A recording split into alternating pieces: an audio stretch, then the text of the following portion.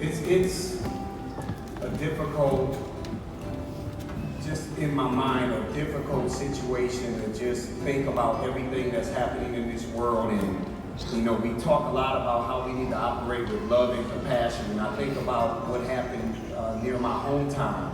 I'm from Rochester, New York, and what happened in Buffalo with all of the senseless things that are going on in this world. And I think about everything that you all have been through over the last couple of years.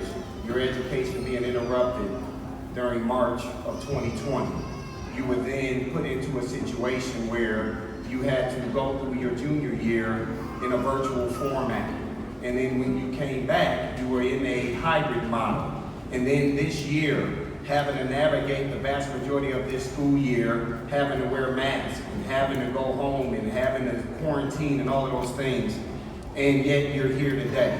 And I think that's something that we all need to give you all a round of applause for being here today.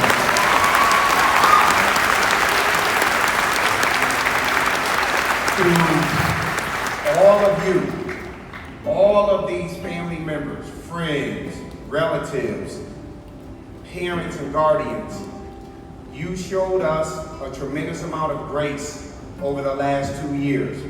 You didn't come into board meetings and destroy us over whether we mask or not. You didn't come into board meetings and destroy us over what needs to be taught in our curriculum. In fact, there are many students in here that took advantage of our Latinx heritage courses and our African American history courses because we believe in developing well-rounded children who will be able to function in this society at a high level.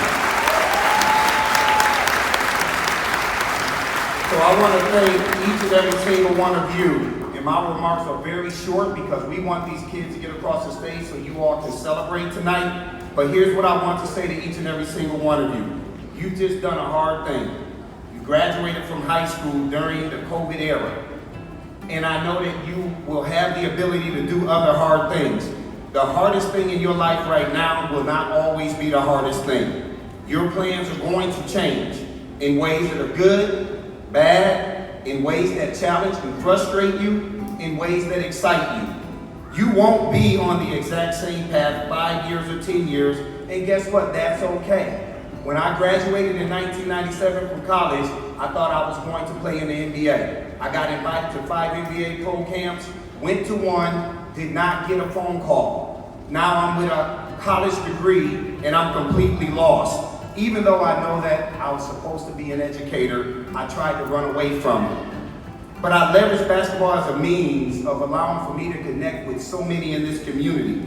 There are going to be things that you live through that you wish had never happened to you. But those are also the things that determine who you will become. All of us have unique paths that we have to travel, but you won't achieve success on anyone else's timeline but your own. You're going to spend a lot of time wondering why everyone else seems to have it all figured out. Eventually, you're going to realize that there are more who haven't figured it out than those who have. That's when it starts to get easier.